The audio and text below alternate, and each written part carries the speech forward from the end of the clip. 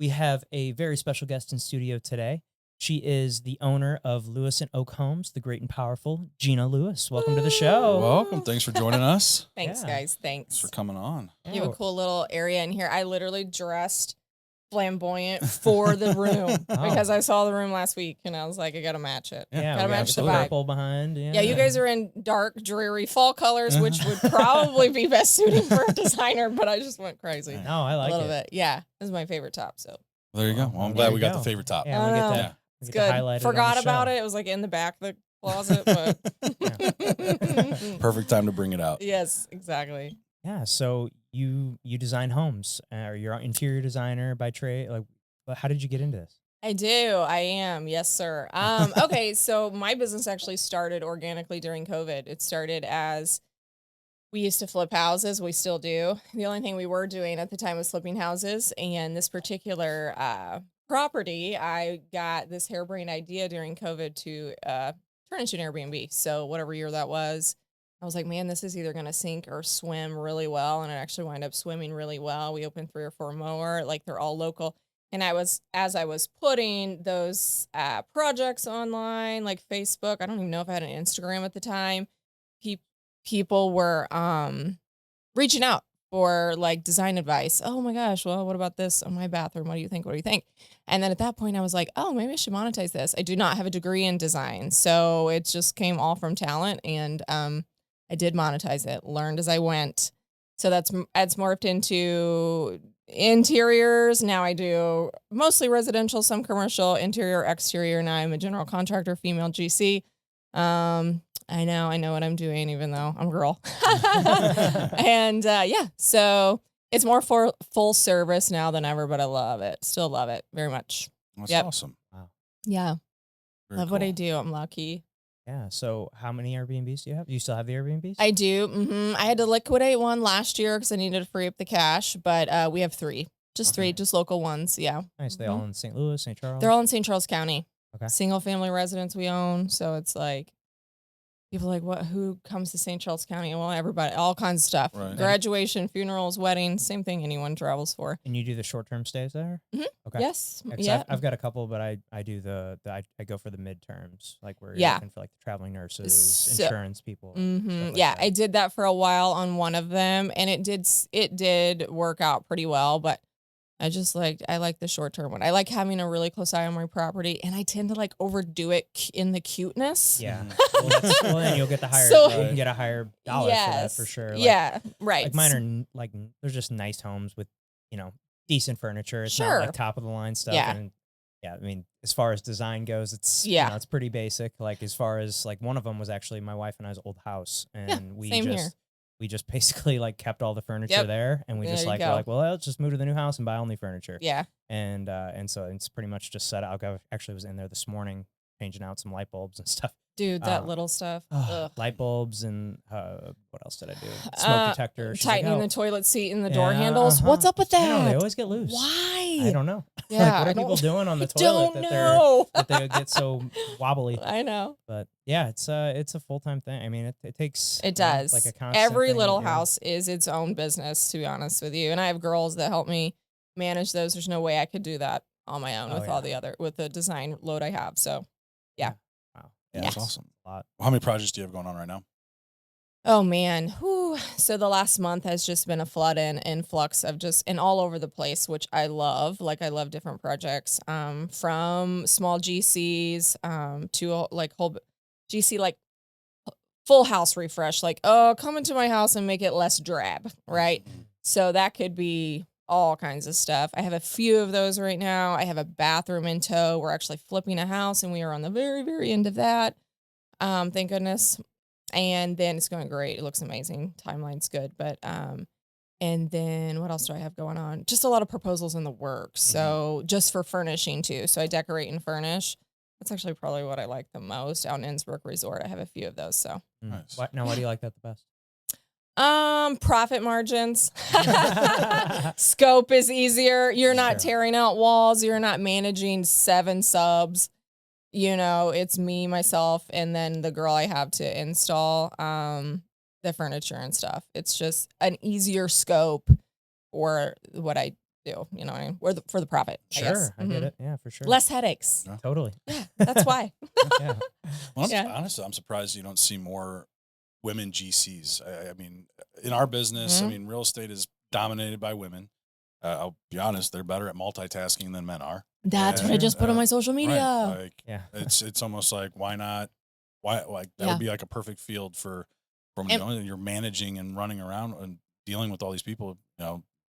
And most of your contractors out there are men, and men tend to listen to women well. Yeah. If you're respectful and know what you're actually doing, you know, I'm not going to expect my contractor to do, well, sometimes I do. Just ask them, hey, I have this vision. Can you figure it out? But I also, you know, bring reason to that too. Yeah. Yeah. Well, it's awesome that you've been able to tap into that and be able to put your own spin on things. Running a boutique business, being a mom and leading creative projects, how do you define success for yourself right now? Defining success.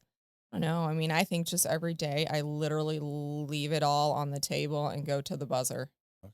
Not to where I make myself sick, but if I can tell myself that I did everything I could for my family and business that day, there's only so much you can get in a 24-hour or 12-hour, whatever period, right? So success is just, and enjoying it while I do it. So, I mean, this might sound terrible, but if I get a client that is just some people, and this only very rarely happens, even in rentals, but if I get someone that's never going to be happy, I'm not sure it's worth my energy and my peace and if they don't see the value and they're going to be an issue from the beginning, see ya. Right. Bother someone else. 100%. I had one of those recently when we had our last turnover at the property I was at this morning. I had, you know, because people want to stay there for like 6 months, and they were like, "Can we come see it first?" And I'm like, "Yeah, of course." Yeah. And then, like, as I'm walking through this house with them, like, I can just tell, I'm like, "Oh, these people are going to be calling me every week asking for something," and I'm like, "There's a spider on the floor that's dead." Yeah, like, okay, can you please come over? Yeah, like I just was like, I can see this one's going to be. You can sniff him out by now. 100%. Yes, this is going to be high maintenance. It's like, yep.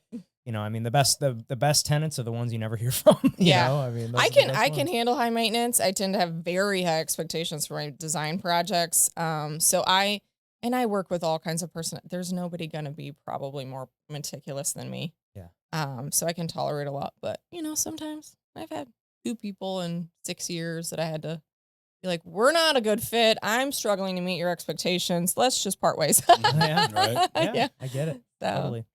I wish I had that luxury. Yeah. I don't have the luxury. Here's why. Because I learned the hard way to continue business with them is only going to end poor. Yeah. Because nothing's going to make them happy. Not their hairdresser, not their nail lady, not their car detailer, nobody. Yeah. Some people are just like that. I mean, I learned that when I spent 10 years in the restaurant industry before I got into real estate, and there's just some people out there that are just impossible to please, and they're always looking for, you know, something to complain about, or they're, you know, they're just constantly looking for defects in whatever it is. Yeah. And it's like, and I literally do not get them often. I literally can think of 2 over since I've been in business. Yeah. Yeah. So. It's not bad. The other ones I can handle. I can handle difficult personalities. I can. Yeah. So I actually enjoy a challenge. Just kill them with kindness and get them to fold. Yeah. Yeah, killing with kindness is good. Sure. and hey, I'm you know, it takes a while for people to like build trust with you if you've not done it before, and I might not look like I know what I'm doing. So it takes a second. They'll give me a small project, and then before I know it, I'm doing the rest of their house. And sometimes they're a little difficult at first, and then they lighten up because they know they can trust me. Yeah. So you gotta build that trust for sure. Yeah, for sure. And I don't mind that. And what'd you do before you got into this? Oh, goodness. So, well, I manage like chiropractic clinics. And then before that, my husband and I were youth pastors. Okay. Yeah. Cool. So I know I'm older than I want to be. I don't care, actually, but. Well, I was going to say, I was just looking at, I had your social media pulled up, and you just had a pretty cool project down. Was it St. Thomas? Mm-hmm. Yeah. Tell us a little about that. Yes, sir. Oh, my gosh. So. Yeah, so there is this gentleman down there building. This is a hilarious story because he's friends of John and I's. I went to his house in Kirkwood 4 years ago for like this huge remodel of his parents' home, and he didn't hire me. Like me, there was another, he had another male GC at the time. The painter was there. Everybody's there. He didn't hire any of us. He wound up buying a house in St. Thomas instead. And John and I have always kind of respected him for that, because a lot of people will just do what the Joneses are doing. They want their house to look a certain way, whatever. Of course, I'm gonna support that, right? But he was like, forget it. I'm gonna actually do what I really want, and did, and moved. And so we continued friendship with him, and he was like, I would like a mural painted. I would also like you to maybe come down and freshen up. He calls it a cottage. Not a cottage. Beautiful, like ocean view. He's in a subdivision. Told you I'd bump that. It's all good. A subdivision that like has, private beaches. So I was like, shoot, yeah. And so I was able to go down there and like prep the cottage for his mom's arrival and just stuff like that. It was amazing. Yeah. So how long did you get to spend down there? I was there like not long, because I have kiddos. 5 days, I think. Okay. It's cool though. I know. I had to design the mural. Okay, so he's right on a surf break. There's only so many surf breaks in the world, I guess. I'm not a surfer. One in Australia, blah, blah, blah. And so he also wanted me to design that logo that I was putting on the mural, that it can be used for marketing in the near future. Stuff like that. It was like neat. rent out. Yes, he has a few huts. Yeah. Yeah. So pretty cool. I'll probably go back down soon. Yeah, for like more of that type art stuff. So I'm excited. And then I met some person at like this beach bar that was like, "Oh, you're a designer? We only have one on the island." I'm like, "What?" Yeah. So hopefully start marketing St. Thomas. Yeah. nothing's out of reach. You can do whatever you want to do in this life. There's worse places to go to travel for sure. Seriously. So yeah, it was cool. Paid for me to go down, and so that was nice. That's awesome. Very cool. Well, what's the the craziest design request you've gotten since you've been in the business? Oh my gosh, craziest design request. You really want to know? I do. Hell yeah. A red room. Really? Yes. In which I was like, not sure that's gonna work out. You asked. Yeah. So I was like, so you didn't do the red room? No, like I'm not. I could, but like, let's keep it professional. I don't know. I don't want that reputation. Right, is that what and you then want your business to be known no. as? Yeah. So, and I feel like you can design your own red room. Correct. Thank you. Come on, you can figure out. Correct. Thank you. You know what you like more than that's I what know I'm what you like. What? Okay, I'll give you a paint color swatch. Like, go with this red. I don't know. Yeah, like I don't know what you want to. The rest is your Yeah, you do your thing. I don't really want to be involved. No, exactly. You asked, okay? That's great. I enthusiastically turned that down. Yeah. Appreciate the offer, but go be a creepo with someone else. Yeah. It's like that listing appointment you went on. Oh yeah, God. Yeah. I walked into. Oh man, I don't know if I've ever told that story on the podcast. Yeah, I don't know if you have. Dude. I can't imagine. The weirdest listing appointment I've ever went on. It's like a dead body. No. That would have been better. It would have been better. So no. I this was probably 3 years ago, 2-3 years ago now. I had my VA calling neighborhoods, just trying to get me appointments and stuff. Talking about houses that have sold recently near them. So I got this lead on this one in Afton, and I went over there, and I knew it was an older guy. He was in his late 70s, looking to sell that house and buy. He told me, I knew he was in a wheelchair, and he was looking to buy a house, like a slab house where everything's on one floor, so he didn't have to go downstairs to do laundry and everything. I'm like, okay, cool. So I go over there. Obviously, I pull up. Oh, that's the house, wheelchair ramp. Boom. That's got to be the one. Yeah. And I go through. I show up, knock on the door, introduce myself. We sit and talk in his living room for a few minutes. Come to find out, he's like, yeah, I'm probably not looking to move for like 8 or 9 years. What? I'm like, okay, well, you could have said that over the phone. I wish we would have known that.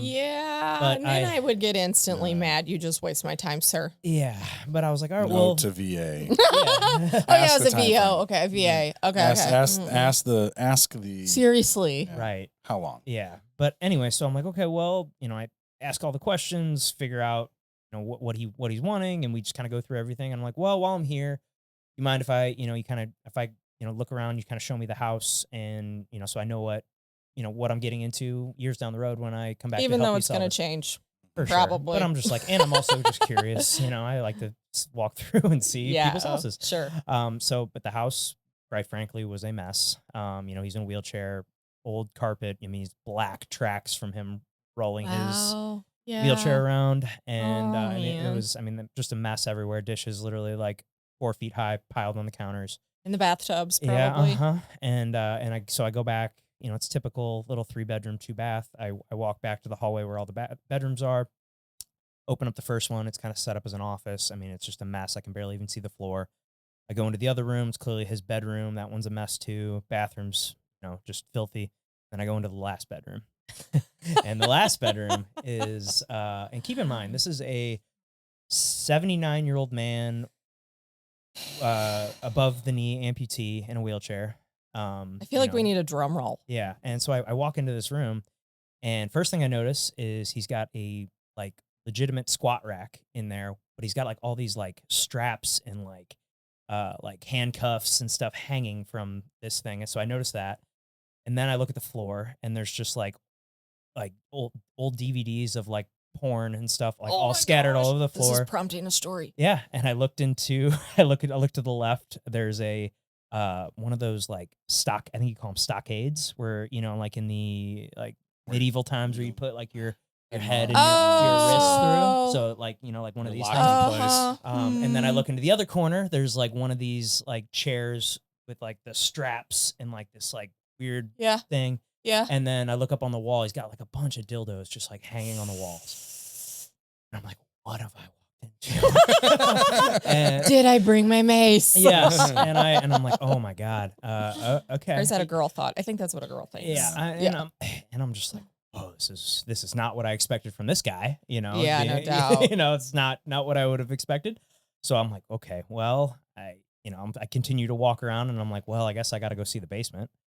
And of course, and I go down there. He's got the I don't know if you've seen Game of Thrones, but the Ramsay Bolton cross, like the X. It's like an X with like the handcuffs, and he's got like posters of like naked dudes all over the walls. Wow. And I'm like, oh, whoa, what have I? And all of a sudden, I'm like, man, I'm down in this basement.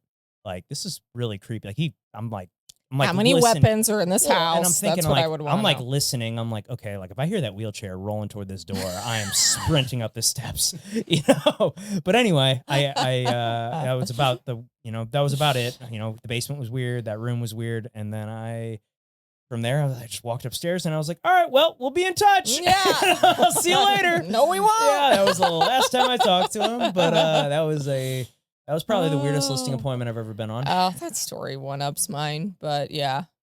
So in Pennsylvania, our very first house that we bought at a sheriff's auction, we were newly married. Sheriff's auction on the courthouse steps. We're like, all right, we're so excited. But the bedroom was, I had to take a leaf rake to like the sex extension toy magazine thing. I was like, I'm not touching all this. It was a lot. Like so, on the floors? Just on the floors. Yeah. Which is fine, but I'm not touching it. No. And at that time we were doing all that stuff ourselves. Like our first one. My first few flips I did leaf rake. Yeah, good to know. Mm-hmm. Yeah, my first few flips I did a lot of it myself, but my last handful I've done that I've hired it out just because I've just realized anytime I do that, it just consumes my real estate sales will go down and like everything. Just takes so much time, and I'm like, I'm not I'm somewhat handy, but I'm not a professional. Like I don't do, like I've realized that the people that do this stuff all day, every day, they're gonna do it efficient too. They're so efficient. Fast. They're gonna get it done way faster. It's gonna look better than when I do it. Yes, it's gonna cost me more, but like how much my time's money. It's like how many more people could I have talked to that I could have potentially helped them buy or sell a house. Like I've realized that's just the way that I have to do it. But when you look at what you're paying someone, you're like, oh man, like it's ultimately I think it's just the better way to do it. Agreed. Agreed. Yeah, but that's my my crazy listing story. I don't get any of that. Yeah. I mean, I've seen some bank statements with some OnlyFans and Pornhub subscriptions. Of course. Yeah. That's about it. Yeah. Nothing too crazy or exciting. You had an OnlyFans model or whatever. Yeah. Yep. Helped her buy a house. Yeah, that was interesting. They make good money.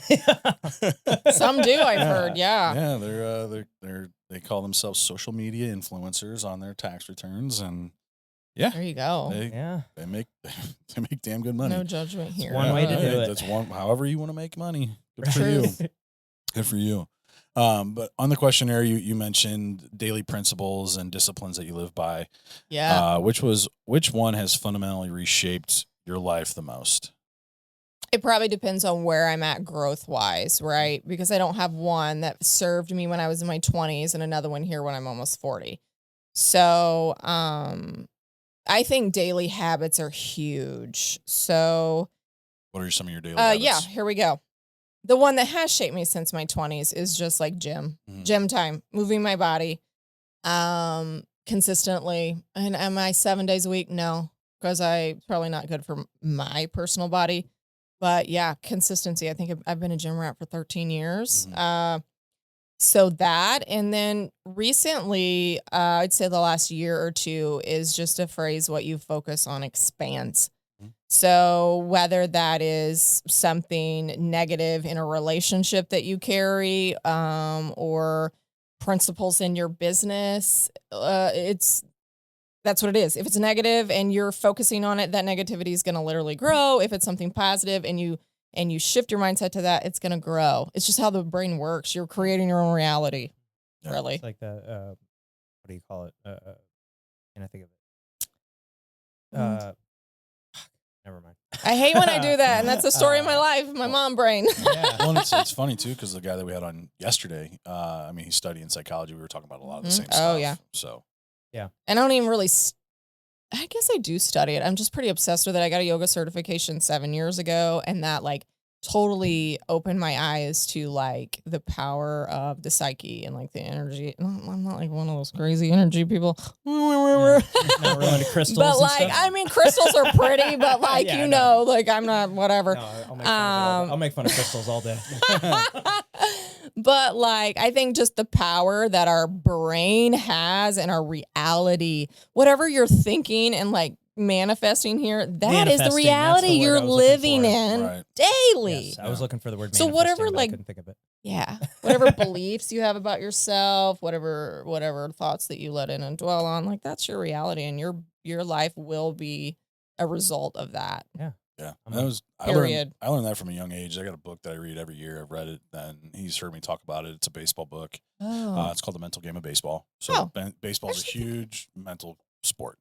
And, there's a lot of things in there. So, like, I was dealing with this nagging back injury, and like through the book, they just talk about the power of your mind and and how you can use it to control pain and things like that. So it's like, lay there, breathe in, just go through your visualizations, but then think there and picture that pain as like a piece of paper that's like just like a hot piece of paper, and that you're reaching into your body and you're pulling that piece of paper out, crumbling it into a ball. Feel the heat that it's giving off. Give it a color, and then just feel yourself crumbling up this piece of paper, and like how it feels, like what crumbled paper feels like, and then just imagine yourself taking it and just throwing it in the trash. And it was amazing, just like by doing that and thinking about that, going through that, like that. Yeah. Like, it didn't completely heal it, but it gave me enough of a relief that I could go out and play.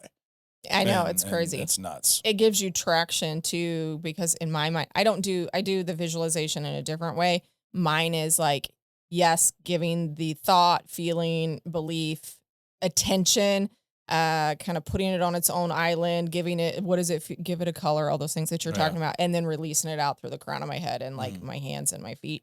So kind of like yoga, same thing. Just letting it like release, right? Because you do store that energy or that pain or whatever it is. But the more that you practice those visualizations, the more effective they are. Right. It's a discipline like anything else. Yoga is not about touching your toes and doing splits. It's about disciplining. It is extremely effective, and the more often that you practice that, the easier and more effective that it is. Oh, absolutely. Mind's a powerful thing. Yeah, very much so. Yeah. Well, you do yoga, you design homes, you spend a lot of time outdoors. Do you think your creativity comes from discipline, or do you think it comes from letting your mind wander? I think my success comes from discipline. I think that I have to very much so make sure I don't overdo it in the production, because I'm a high producer. if I go into that high producing state for too long, the creative, playful part of my brain suffers. So then I have to really keep it balanced. Very difficult. Since I do manage all the projects as well, I also have to have enough mental capacity to, I don't know if you know how the brain works, but if you're too stimulated, too much stimulation and you're on, all those stress hormones, the playful creative part of your brain really doesn't light up. And so I have to keep them balanced in order to really also give my clients a really badass product in the end. Yeah. Not just like it's put together, like it's not just functional, but the form is on point too. Yeah.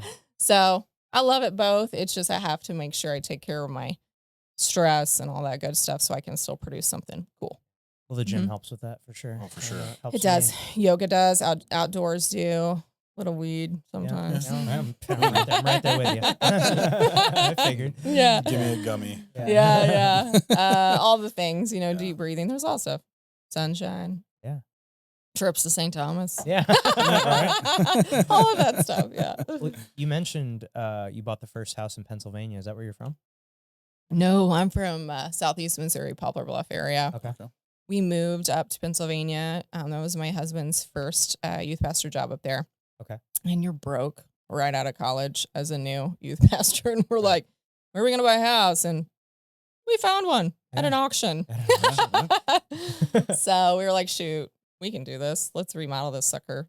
That's where we started. Was it? Did you guys end up living in that house or was it? Oh, yeah. Okay. Mm-hmm. So we lived there, I want to say 3 years. So we didn't have to do capital gains tax when we sold that house, just the BRRRR method. We were doing the BRRRR method. We just didn't know it. A long time. Yeah. We should know it. And sold it, had the profit, came back with that and bought our first house in O'Fallon, Missouri and just kept BRRRRing. Yeah. Awesome. We lived in that one, but, bought some out in Wright City, South City, things like that over the years. Is that where you do, or do you do flips all over? Or I know you mentioned you do a lot of flips. Or they pretty much all in St. Charles? We flipped a few in Pennsylvania when we lived there. Even some like double wide trailers. They're considered vehicles there. They have VIN numbers, so that was a little different. A lot of good profit on those though. Really? Wow. Yeah. It's an easy profit because they're small. Well, they're whatever. small and they don't take. It probably doesn't take long to remodel it. Correct, and the craftsmanship doesn't have to be. Yeah. And then that was back a long time ago. I haven't done any of those in a long time, but yeah. So most of them are local. We did South City a few times, over and over and over. St. Charles County is where they are now. We've done some out west. So, yep. Ours now is in St. Peters. The one you're doing right now. Nice. It's cute, really cute. 5-bedroom, 3-bath. When is it going to hit the market? Soon. It might not even hit the market. Hey. Give me a buyer, baby. All right. What's price point? I think we might list around $375. Okay. It's so stinking cute. Where's it at? St. Peter's, right off 364 and 364 and what is that exit? I'm terrible. Kisker Road. Okay. Yeah, I know where you're at. Yeah, I know exactly where that's at. Right by the school, kind of. Actually, it's by that wedding venue, Stonehouse. Oh yeah, Stonehouse. St. Charles. Yeah. Literally, I can see it when I drive into the Okay. So cool. Okay. Well, I might have somebody, but let me double check after this. Okay. Yeah, Let me know. My buyers are out that way. Yeah. I got a couple, but yeah. Oh, you're both realtors? I'm a realtor. He's a lender. Mortgage. Whoop. Yep. Team right here. B teams. Yeah, for sure. Yeah. Exactly. So, you can go ahead. I was going to say, entrepreneurship can be pretty isolating. Where do you draw the isolating? Isolating. Yeah. Where do you draw the line between pushing forward independently and leaning into others for support? Shoot. Collaboration over competition all day long. Mm-hmm. I don't lean into isolation. I lean into collaboration constantly. Yeah. I can accomplish way more adding value to another person's company first, then they bring me their trusted clients. You know what I mean? So what do you mean by isolation? Maybe I didn't understand. I guess in terms of just like running your own business. I mean, and surrounding yourself with a team that helps you run your business versus doing it all on your own. Oh, delegation? Yeah. How do I delegate? Yeah. terms of that, delegating and running your business and having other people come in and help, like, do you have a team that helps you run your business? I do. Yeah. I've had my office manager, Alicia, since the very beginning. She takes care of all my back end stuff, most of it. She's very awesome. If you're starting a business, that's what you need to invest in first, because if they can get your books squared away, you can focus on bringing in those clients, getting proposals into contracts and getting those signed, and not making sure your QuickBooks is balanced. That's my advice. I did have her from the very beginning. And then I have girls that help me manage and turn each property individually. Okay. That way they know the quirks of that Airbnb. She knows the quirks of that. You know what I mean? Mm-hmm. And then I just manage them. As far as my subcontractors, I have a lot of good talent that I use. Depends on where the home's located. Is that what you mean? Yeah. Depends on where the home's located, the price point of the home. If I know the client's going to be flexible and would rather save money and have a guy that works weekends and nights, or if they want this project go, and I need to hire somebody that does it full time. So I have just a bunch of different people. Same with furniture. Same with my furniture and decorations, knowing where to source what for the different styles they hold, their budget, and our timeline. All those really play a big role in projects. I guess I'd never really thought of when it comes to stuff like that. Dude, there's a lot of like a lot of like dancing and getting it to the finish line. Oh yeah, when you're supposed to. Mm-hmm. Yeah. Well, now would you say you have like a specific style, or do you just kind of whatever the client wants? Yeah. So I think I definitely. If you ask me what my style is and you look at my house, it's going to change every 6 months because I kind of love them all. My style is whatever my client wants. Whatever my client wants. I think designers, I know they do. They feel like that they've arrived, or any artist, for you to go to that artist to achieve their look. For me, that's boring. I want you to show me what inspires you. I interview people at the very beginning. How do you want to feel in this space? Obviously, if it's an executive suite or their office, they've got to wake up every morning and they got to be excited to sit in that chair at 4:30 when they're reading their 20 minutes of their daily discipline, and they're going to have to feel like a badass in that room. That room's going to have to feel and look a certain way. I almost cussed. That's right. Go for it. Feel and look a certain way. So for me, that executive office is going to look way different than that master suite that's supposed to be serene and relaxing. And that's going to look way different than a client that I have out in Innsbruck Resort that wants it to look very cozy and like Yellowstone-y, or way down in like Brentwood in the loft, like the loft things. Like, it's just going to look different. Right. So no, I don't have a style. I have a style. You're my client. I work for you. You show me what you want, and I can literally do it. Is there anything that you're seeing trending right now within styles for people that are doing houses? Absolutely. Speakeasies. Yeah. Residential speakeasies and basements. Yeah. I get a lot of contacts. I probably got like 10 of those last year. Really? Yeah. Wow. Mm-hmm. But like, I only had like 1.5 pull a trigger because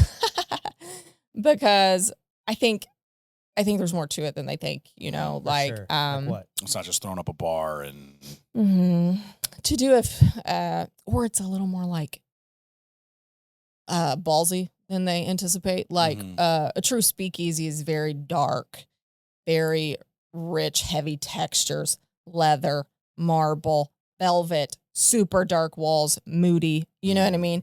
And so maybe I think several times it just didn't align with like the goals of the house. Well, if this isn't your forever home and you're looking at a resale in a year or two, right, we don't know if the next person's going to want this. Right. It was usually that. And what you're doing, what money you're investing in that. Yeah, because it's not going to be cheap. Correct. I mean, I'm not the most expensive, but I'm not going to offer you the most. I give an exceptional experience. So I'm not going to be the cheapest. Right. I don't want the cheapest either. No, you don't want to be.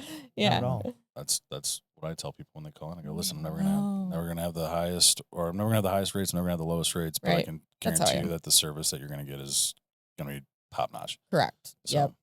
Yeah.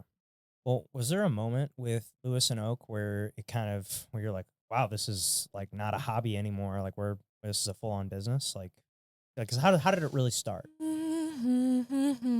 How did it really start is literally how I told you. Like, we were opening up that Airbnb. And then and nobody was staying in hotels at the time. So our Airbnb was like, occupancy was like hella good. And again, every little nook of that particular property, there was that one property in downtown St. Charles that really just got me a lot of online attention. When I realized that it was a full-time gig is when a gal reached out to me for a bathroom. Then I wind up doing her second bathroom. Then I wind up doing her loft office. Then I wind up doing her master bathroom. Then I wind up doing her bedroom. Then I was like, oh, I just did this whole freaking house. Now, of course, that's happened over and over. But as a new designer, you're like, did I just do this woman's whole house? I sure did. Yeah. Cool. So I think that was probably the moment. Do you help with any like commercial type? Oh, yeah. Yeah. So that's probably, I think that was one of the questions that's probably my biggest compliment when clients, obviously when you're in your own business, it's referral when you refer me. But I also, I think a few of my clients, when I go ahead and do their whole home, they buy another home or they build their dream home. They're still calling me. They're opening up a vacation home out in wherever, and they want me to do remote. And then when they trust me, even in their business, like their brick and mortar, like maybe they're, I don't even know, insurance agent, roofing company, and I'm designing their lobby. Man, that's pretty cool. Yeah. Sure. Like I'm really in every nook and cranny in your life, like as far as your aesthetics. Like, so that's a great compliment for me. So to answer your question, legally in the state of Missouri, since I do not have an interior design degree, all of mine is from experience, and my dad owned a construction company. That's how I know construction. I cannot consult on commercial spaces like grand in scale, but if I can furnish like something and consult on lighting. I just don't move walls. I don't do any of that kind of thing. Do you get what I mean? You have to have a degree to do that? Or a license. In the state of Missouri, you do. Or I could employ someone on my payroll. My husband and I are the only ones on our payroll from our company, but I could employ someone that has it, like an architect or whatever, but I'm just not there yet, and I don't know if I want to yet. I didn't know that, though. Yeah. So you have to have a degree. Mm-hmm. Wow. To be backed like legally. Legally. Mm-hmm. Okay. Like I think I have to call myself a decorator. Definitely, if it's a commercial space and not a designer. But residential, there's no requirement. No. Okay. Mm-hmm. And is your husband a general contractor as well? Yeah. I mean, I'm pretty much the one that manages all the projects and the guys. But again, we have multi areas of our business. He's a realtor, so he works that business. He's actually some of the labor too. Okay. In our properties, and we have maintenance and all that stuff. So, nice. Yeah, very cool. Okay. What is the most challenging part of your business?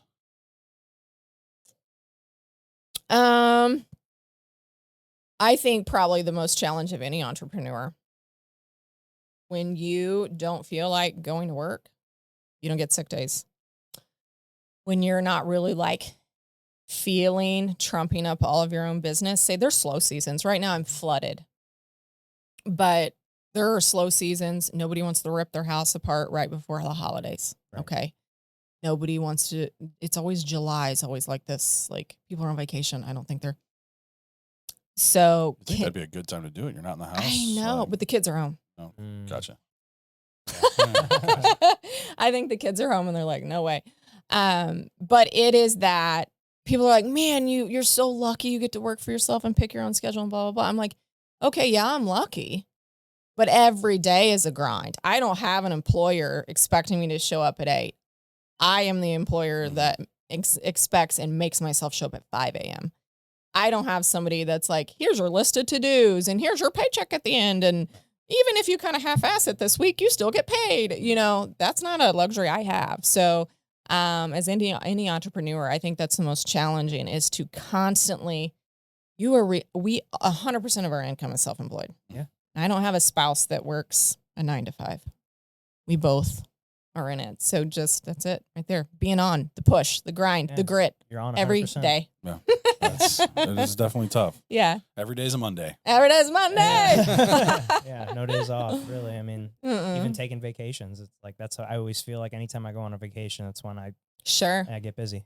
You know? That's when I feel most blessed, though. And like people that are way more successful than me, usually my clients that I work for, you know, I see them, whatever they're doing, wherever they may be, and they're making deals on their phone. And I'm like, wow, that's when it feels like a privilege, is when I am on vacations and I'm still making money, I guess. Right. Or I'm still able to, I don't know why it hits home for me different, but I'm like, wow, okay, I'm really doing this, whatever. Anyway. Yeah. Yeah, I usually I'll start in the morning, I'll work a couple hours in the morning, and then I'll text my assistant and be like, hey, phone's forwarded to you. So yeah, just go from there. Do you feel that you do your best work with like one or two really focused hours of work? Absolutely. I mean, that's kind of how my day's pretty much broken down anyway. Yeah. I have my non-negotiables. Each day is different. So each day has a different kind of theme. Mm-hmm. And I've got those non-negotiables that I got to do each day. And I spend 2 hours on those non-negotiables. Right. And then the rest is just kind of filling in with other things that I can be doing. Sure. But yeah. The things that come kind of across your desk. Yep, yeah. I would say same. Yeah. Give me 2 really focused hours where I turn my phone off. Well, do not disturb. Yeah. I can push some stuff out, man. Yeah.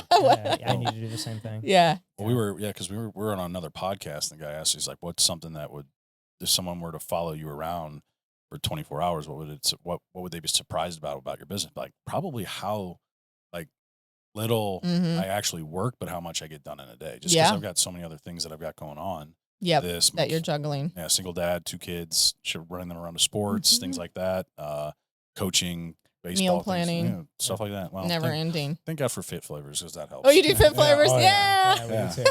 Yeah, if it wasn't we both just ate a Fit Flavors meal right before. I've had those. They're good. They're delicious. Oh yeah, they really are. Well, it's like right up the road from here, so it just makes it really easy for us to just go grab them. Talking about a handful of meals. Time being money. Yeah, just instead of spending hours in the kitchen, I can now just walk in. Do your kids eat them? Yeah. My kids love the cheeseburger bowls. That's about. Oh, yeah. Yeah. Okay. We'll eat those. They'll eat their breakfast stuff. They've got pancakes and they've got muffins that are pretty good. So they'll crush those. But yeah, for the most part, just walk in there. Takes 10 minutes instead of 2 hours. So, no doubt. Yeah. That's huge when you're running kids to sports and stuff. Absolutely. My word. Oh, yeah. You have 2 kids? Yeah, 7 and 12. Okay. Wow, nice. Dude, my 12-year-old just caught a 30-pound catfish. Holy thing cow. Was like massive. Wow. Massive. Wow. I was like, how long did it take you to reel that in? Where was that and where at? A while. He caught on an 8-pound line. My kid is actually, for his age, he has a tournament this weekend fishing, but he's fantastic. He just drinks and sleeps and eats all the YouTube videos and on it. Yeah. He's feeling like the man this week. Oh, for sure. Yeah, you're reeling in a monster. That's a monster. Yeah. I mean, it's crazy. Where'd he catch it at? Our neighborhood pond. Really? And he's fished that for years. So that guy was down there bottom feeding for a long time. Oh, yeah. Hiding out. He's scarred up pretty bad. Huh. Yeah. Do you fish with him? Came up to his chest. Wow. Mm-hmm. You go and watch. You support. I do. I like sit there. I don't not like fishing, but by the time I'm there, I'm usually exhausted from the day. And I'll just sit on the blanket, Yeah. And so that's gotta hang be out. pretty relaxing though for you. Hanging out outside. I'll do some yoga stretches, to be honest with you. That's what I do with my daughter. As she swings from the trees and she is hyper as all get out. She doesn't stop. She's like her mama. Awesome. Yeah. Wow. So what's that like, juggling mom life and entrepreneur life? I'll tell you what it's like this morning. I'm laughing. This morning, I was supposed to be packing lunches. I was literally half dressed. I had a tank top on. It was covering because my son's 12. And I'm on a phone call with a new client trying to schedule an electrician. And we're doing some crown molding that's backlit. Mm-hmm. Crown molding that's backlit. And so I'm like, oh no, we need to schedule this or this. And I'm like pouring the chips into like the Zippy Luck bag. And they're like, they've spilled all over the floor. And like, I'm late for the bus. And that's how it's doing. Oh, yeah. That right there. Yeah. Half dressed, spilling potato chips all over the floor on the phone with the client. Yeah. Sounds like success. Uh-huh.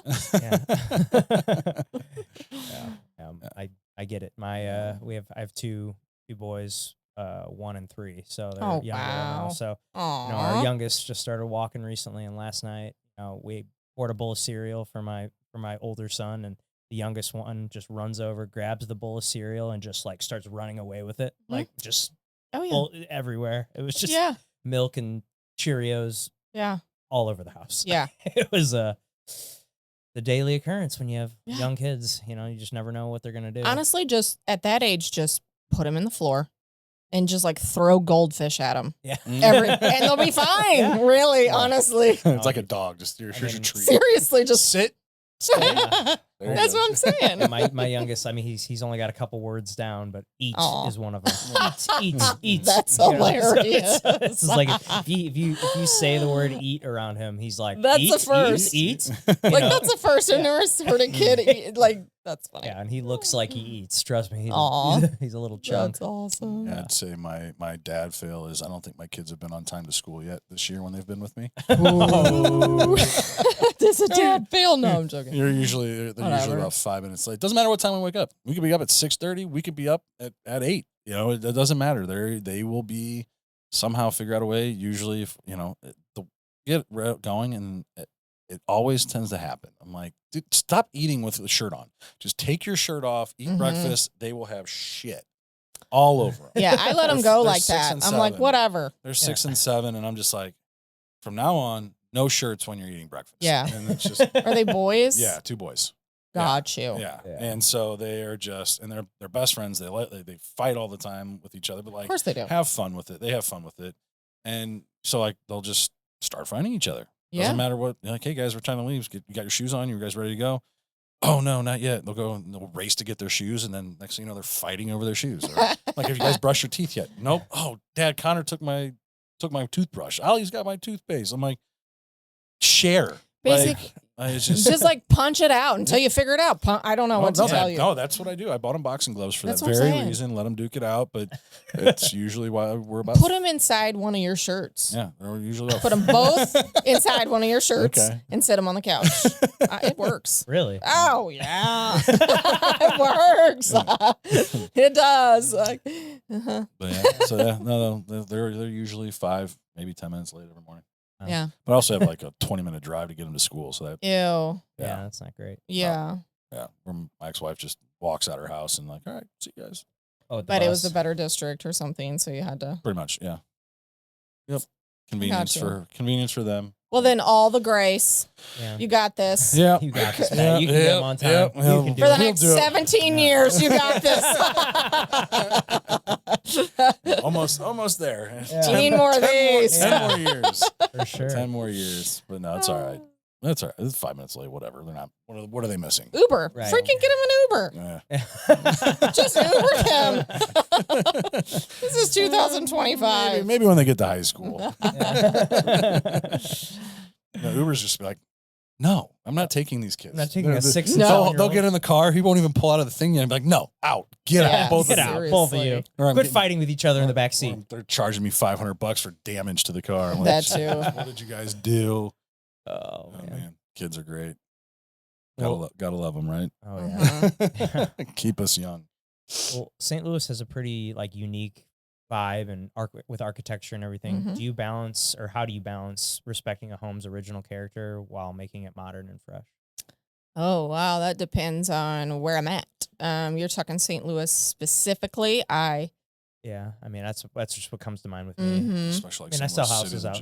I sell houses out in St. Charles. I sell houses all over St. Louis, but I just think of when I'm thinking more of the more historic homes in St. Louis, like all the South City. Yeah, so I loved flipping in South City because you can do quirky, cool stuff. I'm talking patterns on ceilings, and that was the stuff that sold our homes, because you can do all that there. Keep the original windows and all that, because you mix and match, eclectic, basically, while keeping most of the original architectural elements you can. Now, as far as design goes, most of my clients have just gravitated out west. So Forestdale, Innsbruck, Wentzville, Lake St. Louis, O'Fallon. Do I have ones in Chesterfield and Brentwood? Yeah, I do. But most of them are out west. I don't know why, but I'm not complaining. I've noticed, over the last few years, I feel like I've at least it could have just be my clientele, just because a lot of my clientele is people my age. Maybe they bought their first house, out of college. They lived in the city for a handful of years. Maybe they got married, started having kids. Now they want to move out, to either to the county or move out west more. And I just have noticed that more and more people seem to be kind of moving out of the city. Yeah. I think so too. And people out there buying builder grade finishes, and they kind of want to do it themselves, or they're like, like I said, I furnish. I have one tomorrow. Is today Wednesday? Yes. Tomorrow, a girl that bought her what is her dream home, right? And I get to I did her uncle's, so I get to help her with picking out the furniture and all that. So yeah, I love that area. There's a lot of, I think maybe too, there are a lot of good designers in St. Louis. There really are, but there's not a whole lot of us out there. And there's money out there, and there is people that need it, really. Especially with all the new construction. That's pretty much where it's all at right now. It's out that way. I mean, I feel like Wentzville's just tripled in size over the last. That's kind of what I'm saying. Yeah. It's like and then the builders are putting them up, and they have fine finishes, but people want to do it up, a little. I mean, that's what I did on mine. I built my house. Well, did all builder grade. We closed at 9 a.m. and by 5 p.m. we had everything ripped out of it. That's what I'm saying. I also have a lot of clients in Newtown, so I would say my pockets are Innsbruck for sure, Newtown, St. Charles, and then, like I said, West are my heaviest pockets. But you said, I don't even know if I answered your question, but how do you keep the modern elements or whatever? I mean, I got to do the Whitaker's original house on Galt House Drive in Newtown this year. The Whitakers don't live there anymore, but it's the one on Galt House that has like the watchtower on top. I don't know if you are ever out there. I'm not super familiar with it. I just know that it's a very unique area. Yeah. So some of the houses in Newtown, the Galt House is the nicest, is a really nice street. So that house was a French colonial with just a ton of wraparound porches, and so I was able to do some really cool French stuff inside. I've never been able to do that anymore. So I definitely try to keep with the architecture of the home if I can and bring it inside. Pretty cool. Well, is there a project that you've done that you like that really sticks out in your mind? You're like, man, this one, this might be my favorite, or this one like really sticks out to me. People ask me that. There's a couple that get a lot of attention. The ones I enjoy the most are the most bold transformations. I had a client that was out in Wentzville, and he said, do whatever you want with my master bedroom, him and his girlfriend at the time. And he's like, I just want to feel like a baller. It's his personality. I just want to feel like a baller, like just do it up. He had like a very good sized bedroom, but it was just all gray carpet, gray walls. Gray's been out forever. Well, gray's out. So I was like, okay, here we go, Jake. We're going to put like dark all over. We're going to like saturate this, and we're going to even put it on your ceiling. He's like, I don't know. Okay. Phew, I trust you. Okay, fine. Because I had done a few of his families, and I put a big ass chandelier right in the middle of the room, and we picked out our furniture had it was like a faux leather on the front, faux white leather, huge platform king bed with like furs and layered stuff. That was bomb, because for that, he wanted to feel like that. I was like, I can do it. And when I show people the before and after, they're like, no, that's not the same room. I'm like, oh, yes, it is. And I think that is also a compliment when they're like, there's no way. Some people get mean about it. Really? Yeah. They think you're lying? Yes, they think I'm lying. Yes. I had this guy ripping me apart on social media not too long ago. I'm like, you know what? I don't even have time for you. Like, I know why is this even a point of passion for you? Like, why are you even arguing with me? Yeah. So I would say those. And then I have another bedroom that was like, that doesn't look like the same, and a kitchen out in Newtown. I was going to say kitchens, I mean, with the design and everything, like I feel like that would be pretty cool. The fun kitchens would be because there's so many things that you could do with it. Yeah. In a space. Well, hers, I had helped her. A lot of people in Newtown, believe it or not, live in Newtown. Then they buy a nicer house in Newtown, and then they might even do that again. Really? It's like the weirdest thing. But she had lived I had helped her on Meeker Street where she lived. And then this one they had built, and they were I think in the Beach District. And so talk about builder grade. In her kitchen, she had carpet and like in the kitchen? Yeah, because all she had to do was pass inspection. Oh, gotcha. Huge kitchen, carpet, because she had to have flooring. It was the cheapest option with the builder. And sink base. So, of course, when I go in there, people are like, there's no way that's the same kitchen. I'm like, well, of course it is. It's the same kitchen. Look at the window line. Like, it's all the same. Yeah. So that was an amazing, amazing transformation. That was a couple years ago, though. Awesome. What do you think? What is your favorite part about this job? This line right here, and it comes in all forms, different forms, so it's like the same message. I knew it'd look good, but I didn't really knew it'd look that good, like that. Gotcha. That's my favorite. That's awesome. So and then we got all the way to the end to get that, but that's my favorite. Or like you dreamed me up a space I didn't even know I wanted. Yeah. It is cool.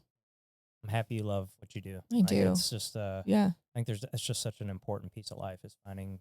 I mean, because there's so many people out there that just hate what they do. Every single day they wake up and they're like, I know, just dragging their feet, going. It doesn't to work have to be that way. No, it doesn't. It doesn't. And I think there's just so many people. Probably, I mean, I saw a stat recently that was like 80% of people out there like don't like what they do for a living. Wow. It's just like, wow. I think it was 80, something like that. It was some very high percentage. I was just like, wow, that's crazy to me. It's like, why are you doing that? I mean, I get it if that's the only way to pay your bills, but I'm sure you can find out a different way. I would venture to say it's because it's the story they're telling themselves. It's all here. This is America. You know what I mean? Like, we can really kind of do whatever we want. I mean, I know there's a lot to that, but they probably either don't think they deserve it, or they don't feel like they can have a plan how, or they don't have the discipline to figure out how to make it work. Well, also, something. I think too, it comes back to how they're raised. 100%. Yes. Back. I mean, your parents, hey, go 40 hours a week, get this paycheck, put it into this, and then work for 40 years and retire. Like that was a thing. I mean, like I was very fortunate that, my mom was in the business that I'm in now and was able to see the freedom that she had with what she was doing. And, my dad, he did the 40 hours a week. Well, not really. He was always fucking working. Cause he was working for U.S. Steel. And for the longest time he was here in St. Louis. So he was having to get up at like 3 o'clock, 4 o'clock in the morning.